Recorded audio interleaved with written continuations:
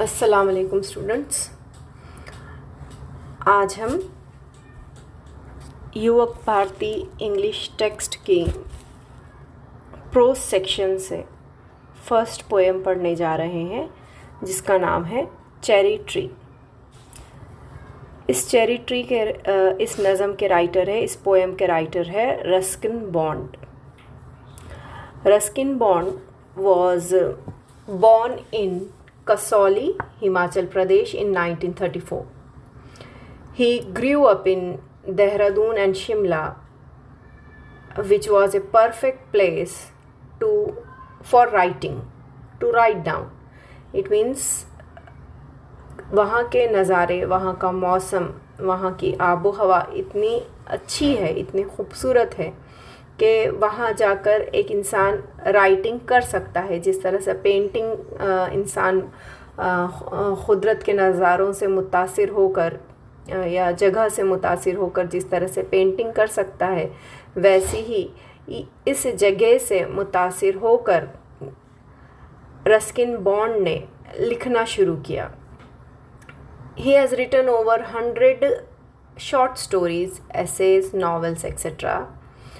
And his first novel, The Room on the Roof, received John Leverland's Ray Memorial Prize in 1957. He also won the Sahitya Academy Award for English Writing in 1992. He was an ardent lover of nature and animals. And this poem, The Cherry Tree, is the perfect example which shows his love for nature. Now this poem is about poet's ecstasy over a tree which he planted and which took 8 years to grow. In this poem, the poet expresses his wonder at the ways of nature, and he wonders how the cherry tree blossoms are fragile and quick to fall. The tree gives him immense joy as he can see the stars and the blue sky through dappled green tree. हमें introduction से ये पता चलता है कि Ruskin bond जो है ये बहुत ही क़ुदरत को पसंद करने वाले, क़ुदरती नज़ारों को, नेचर को और एनिमल्स को और फॉरेस्ट, प्लांट, ट्रीज़, इन सब को बहुत ज़्यादा पसंद करते थे। इस नज़म में पोएट अपनी ख़ुशी का इजहार कर रहे हैं, एक्सटेसी यानी कि बहुत ज़्यादा खुशी की इंतहा को, हाईएस्ट लेवल ऑफ हैप्पीनेस को हम एक्सटेसी कहते हैं। और यहाँ पे पोएट बहुत ज़्यादा खुश है व्हेन ही सॉ दैट, जब उसने देखा कि उन्होंने जो बीज पेरा था चेरी का, वो एक दरख्त में तब्दील हो गया है, वो एक बड़ा सा पेड़ बन गया है और उससे पेड़ बनने में 8 साल का ड्यूरेशन लगा है, टाइम पीरियड लगा है। और पोएट इस बात पर भी हैरान है कि किस तरह से चेरी ट्री के दरख्त पर बहार आती है, ब्लॉसम आता है। ब्लॉसम यानी कि किसी दरख्त पर फूल, कलियां और फूल खिलना और फिर फल आना, इसको बहार को हम ब्लॉसम कहते हैं। और किस तरह से फ्रजाइल यानी कि नाजुक उसके फूल और फल होते हैं कि थोड़ी सी भी जब हवा चलती है तो वो नीचे गिर पड़ते हैं। पोएट इस बात से खुश है कि ये जब दरख्त बड़ा हो गया है तो वो उस दरख्त पर कई परिंदों का आशियाना दिखता है, कई परिंदों ने वहाँ पर घोंसले बना रखे हैं और उस पेड़ के साए के नीचे बैठकर, लेटकर ये आसमान की जानिब देख सकता है, आसमान में उड़ते हुए परिंदे और नीले गगन को देख सकता है। चलिए, ये मुख्तसर सी पोएम है। अच्छा, ये पोएम बज़ाहिर तो हम देखते हैं कि क़ुदरत को यानी कि नेचर को यहाँ पे ऑब्ज़र्व किया गया है और यहाँ पे पोएट का लव फॉर नेचर बयान हो रहा है। लेकिन हम इसकी अगर से हिडन मीनिंग को अगर से देखेंगे और हम इसको, इस नज़म को हम अगर से मेटाफोरिकली देखेंगे तो हमको पता चलता है कि ये हमारी लाइफ को भी सिंबलाइज़ करता है, हमारी ज़िंदगी को भी सिंबलाइज़ करता है। यहाँ पे जिस तरह से शायर चाह रहा था कि उसका ख़ुद का एक पेड़ हो और उस पेड़ को उगाने में, उस पेड़ की परवरिश करने में, उसकी नर्चर करने में उसे क्या क्या दुश्वारियाँ पेश आई और उस झाड़ को बड़ा होने में कितनी मुसीबतों का उस पौधे को ख़ुद को सामना पड़ा, कभी हवाओं का, कभी जानवरों का, और कई मसाइल से गुज़रते हुए एक छोटे से बीज ने एक बड़े पेड़ की शक्ल ली। वैसे ही इंसान जब ज़िंदगी में कुछ बनना चाहता है, उसका जो ख्वाब होता है, जब इंसान कोई ख्वाब देखता है, उस ख्वाब की ताबीर के लिए हर इंसान को मेहनत करनी होती है।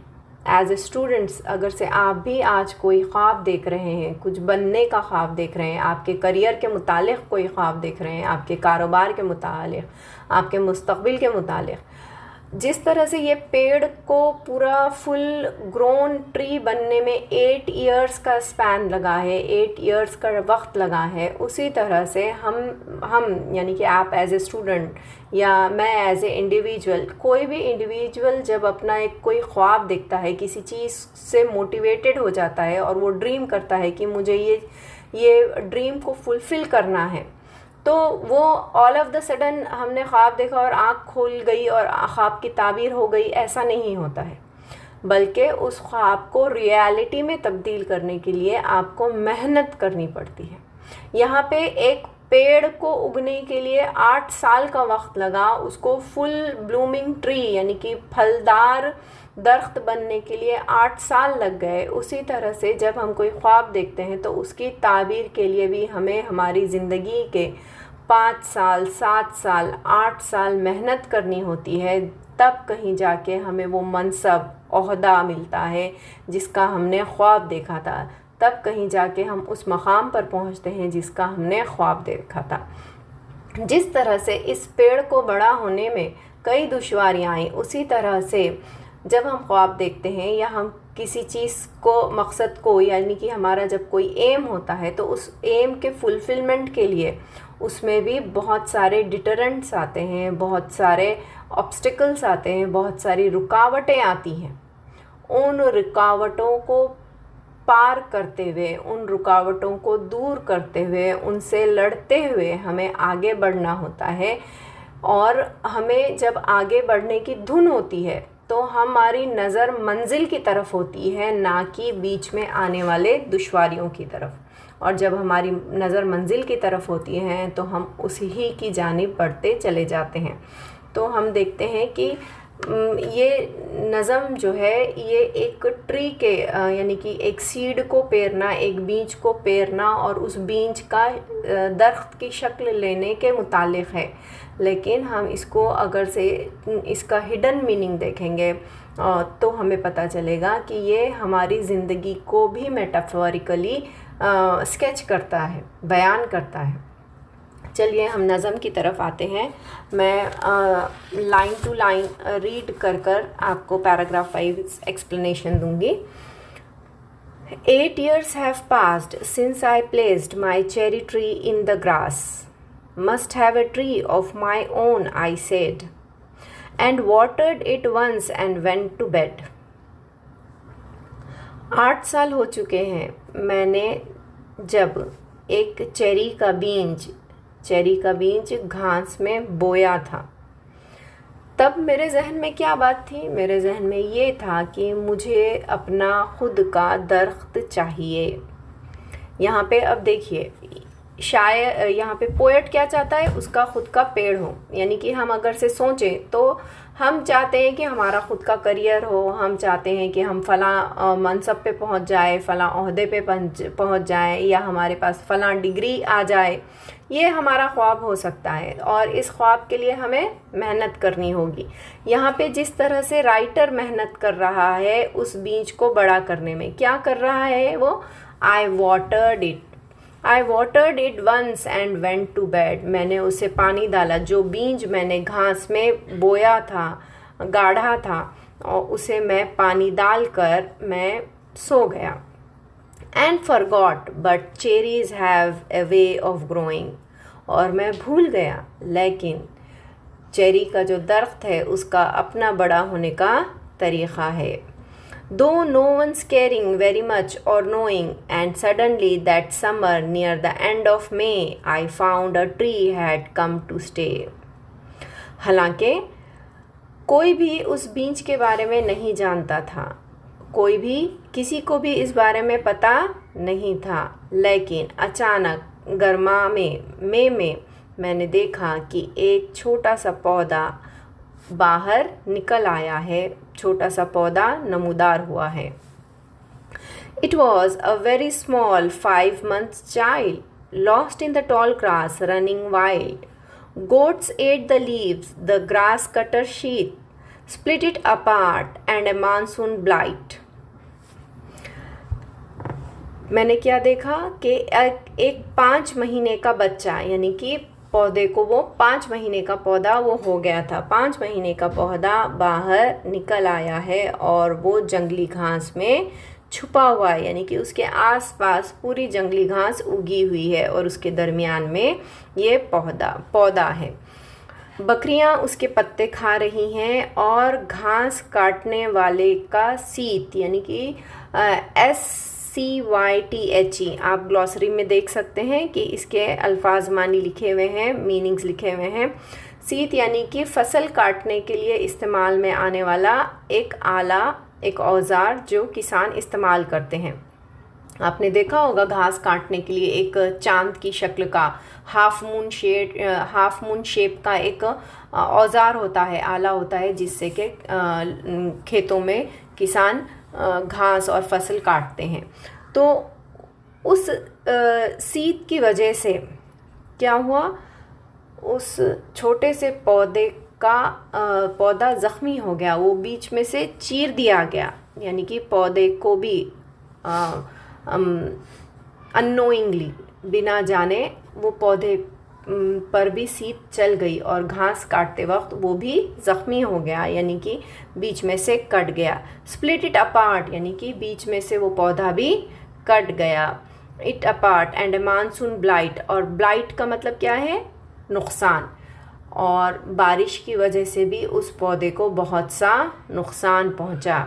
Shrivelled the slender stem even so, और फिर इतने सारे ज़ख्म खाने के बाद, इतनी सारी मुश्किलों के बाद, वो स्टेम जो छोटी सी टहनी थी वो श्रिवल्ड हो गई, वो सूख गई. Even so next spring I watch 3 new shoots grow, यानी कि इतना होने के बावजूद मैंने अगली बहार में देखा कि उस टहनी पर 3 नए छोटे छोटे शूट्स आए हैं, छोटे छोटे फांटे फूट गए हैं. The young tree struggle upward thrust its arm in fresh fires lust. मैं क्या देखता हूँ, ये छोटा सा यंग सा जो ट्री है, छोटा दरख्त जो है, ये जद्दोजहद कर रहा है. स्ट्रगल यानी कि जद्दोजहद कर रहा है. किस चीज़ की जद्दोजहद कर रहा है, आगे बढ़ने की. अपवर्ड ऊपर की तरफ, थ्रस्ट यानी कि ऊपर, ज़ोर से ऊपर की तरफ ये बढ़ने की कोशिश कर रहा है, पूरी ताकत से ऊपर आगे बढ़ने की कोशिश कर रहा है और अपने बाजू फैलाए हुए हैं खुली हवा के लिए. फ्रेश फायर लस्ट यानी कि फायर्स यानी कि एग्रेसिव होना. फायर्स लस्ट आगे बढ़ने के लिए ये बहुत ज़्यादा कोशिशें कर रहा है, तेज़ी से कोशिशें कर रहा है. For light and air and sun, ये रोशनी की तरफ, हवा की तरफ और सूरज की तरफ बढ़ना चाहता है.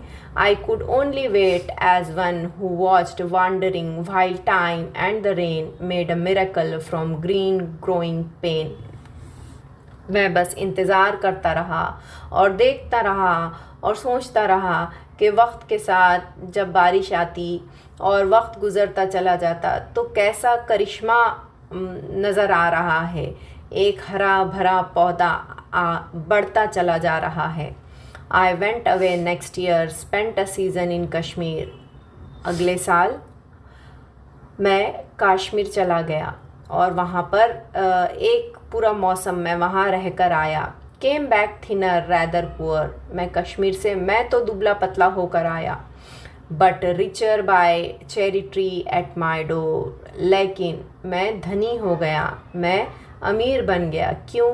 क्योंकि मेरे दरवाज़े के पास अब एक चेरी का दरख्त खड़ा हुआ था। 6 feet high my own dark cherry, अब मैंने जो पौधा बोया था वो 6 फीट का ऊंचा डार्क चेरी ट्री बन गया था।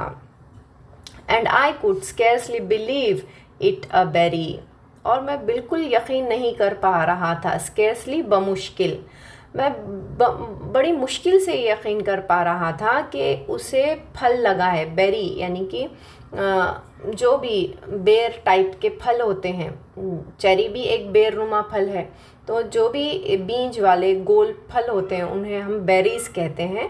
तो कहता है कि मैं बिल्कुल यकीन नहीं कर पा रहा था कि उसे बेरी भी लगा है, यानी कि फल भी लगा है। राइपन्ड एंड ज्वेल्ड इन द सन, वो फल पक गया था, धूप से वो पक गया था और वो ज्वेल्ड था, यानी कि वो बहुत चमक रहा था, यानी कि तरोताज़ा और सेहतमंद उसे फल लगे हुए थे। दरख्त पर जब फल लगते हैं तो ऐसा लगता है कि ऑर्नामेंट्स, जेवर दरख्त को पहना दिए गए हैं। तो यहाँ पे तशबीह दी गई है उसे उन फलों, दरख्त को जो फल लगे हैं उसको यहाँ पे तशबीह देकर कह रहा है कि ज्वेल्ड इन द सन, यानी कि मानो जेवर पहन लिया हो, जेवर लगा दिए गए हों। इस तरह से चमकीले, सेहतमंद, तंदुरुस्त पके हुए फल उस झाड़ को लगे थे। Hung from a branch just one, यानी कि एक फल ब्रांच से, टहनी से लगा हुआ था।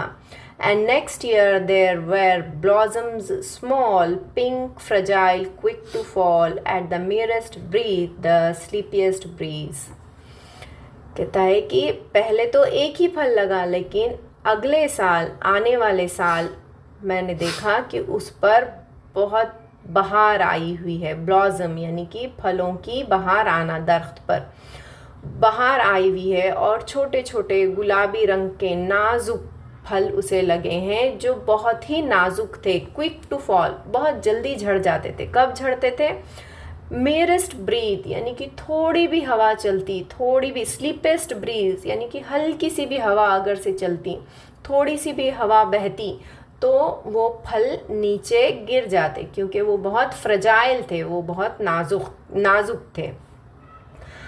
I lay on the grass at ease, looking up through leaves at the blue, blind sky, at the finches as they flew. मैं घास पर लेट गया बहुत आसानी से। एट ईज़ यानी कि रिलैक्स्ड पोजीशन में, बहुत रिलैक्स तरीक़े से मैं घास पर लेट गया और ऊपर पत्तों की तरफ देखने लगा। एट द ब्लू यानी कि झाड़ के पत्तों के दरमियान से, झाड़ का घेरा है, झाड़ पूरा फैल गया है और मैं झाड़ के नीचे घास पर लेटा हूँ और लेट कर मैं पत्तों के दरमियान में से आसमान की जानिब, नीले आसमान की तरफ मैं देख रहा हूँ। उन पत्तों की वजह से आसमान मुझे साफ नज़र नहीं आ रहा है और मैं देख रहा हूँ फिंचेस एज दे फ्लू, और मैं परिंदे, फिंचेस एक किस्म के परिंदे हैं, वो उड़ते हुए मैं देख रहा हूँ। एंड फ्लिटेड थ्रू द डेपल्ड ग्रीन, और मैं हरे हरे बड़े बड़े पत्ते देख रहा हूँ। डेपल्ड ग्रीन हैविंग डार्क और लाइट पैचेस, यानी कि कोई गहरे हरे, कोई हल्के हरे, ऐसे पत्तों के दरमियान से आसमान की तरफ देख रहा हूँ। While bees in ecstasy drank of nectar from each bloom and the sun sank, और मैं देख रहा था कि मक्खियाँ जो हैं खुशी से फलों का जूस, नेक्टर यानी कि फलों का जूस, वो पी रही हैं। उस दरख्त पे जो फल लगे हुए हैं, उस दरख्त के फलों से फलों का जूस मक्खियाँ पी रही हैं और सूरज डूब रहा है। Swiftly and the stars turned in the sky and moon moths and the singing cricket and I। और फिर धीरे धीरे सूरज डूब गया और आसमान में तारे चमकने लगे, और आसमान में जब तारे चमकने लगे यानी कि रात का वक्त हो गया, तो रात के कीड़े मून मॉथ्स यानी कि जुगनू और किरकिर करने वाले क्रिकेट्स कीड़े और मैं, हम सब ये नज़ारे का लुत्फ़ उठा रहे थे। Yes I praised night and stars and tree. और मैंने तारीफ़ की रात की, तारों की और दरख्त की। That small the cherry grown by me. मैं तारीफ़ करता रहा छोटे से दरख्त की, वो दरख्त जिसे मैंने उगाया था। ये नज़म पोएट की खुशी का इजहार करती है। यहाँ पे हम पोएट की खुशी महसूस कर सकते हैं। जब पोएट एक फुल ब्लूम ट्री बन गया है, एक दरख्त फलदार दरख्त बन गया है, तो शायर को, पोएट को क्या महसूस हो रहा है ये हम समझ सकते हैं। सो इन शॉर्ट हम कहें कि चेरी ट्री, ये जो पोएम है, इसमें हम देखते हैं कि 8 years have passed since the poet placed a cherry seed in the grass. He thought it would be his own tree. शायर का क्या ख्याल था? शायर जब बीज पेर रहा था वो ये सोच रहा था कि मेरा खुद का दरख्त होगा। तो यहाँ पे हम देखते हैं कि ट्री प्लांटेशन को प्रमोट किया गया है, यानी कि दरख्त शजरकारी को, जिसे हम कहते हैं, प्रमोट किया गया है। शायर यंग स्टूडेंट्स को, यंग जनरेशन को इस बात के लिए मोटिवेट कर रहे हैं कि हमें दरख्त लगाने चाहिए, हमारा खुद का अपना लगाया हुआ एक दरख्त होना चाहिए।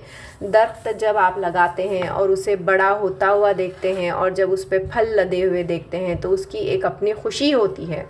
ये सिर्फ़ आपकी खुशी का सबब, सिर्फ़ आपकी अकेले की खुशी का सबब नहीं है, बल्कि इससे कई चीज़ों को, कई मखलूक को इसका फ़ायदा पहुंचता है, यानी कि इंसानों को भी साया मिलता है इससे। सॉइल में, यानी कि जब आप झाड़ लगाते हैं तो सॉइल की मट्टी की क्वालिटी मेंटेन होती है, यानी कि सॉइल की क्वालिटी मेंटेन होती है। फिर उसके बाद हम देखते हैं कि वाटर पेनिट्रेशन होता है, वाटर रिटेंशन होता है, यानी कि आपने पढ़ा होगा इन्वायरमेंटल साइंस में कि जब आप दरख्त लगाते हैं तो दरख्तों की वजह से बारिश का जो पानी आता है वो बह के नहीं चला जाता, बल्कि ज़मीन में जज़्ब हुआ हुआ रहता है, यानी कि वाटर रिटेन करते हैं। वाटर रिटेंशन एक सबसे बड़ा इसका एडवांटेज है झाड़ लगाने का। और उसके बाद वाटर परकोलेट भी होता है, ज़मीन के अंदर पानी रिसता भी है झाड़ों की वजह से। इसके बाद हम देखते हैं कि कार्बन डाइऑक्साइड जो है, ये प्लांट्स, ट्रीज़ जो होते हैं वो कार्बन डाइऑक्साइड एब्जॉर्ब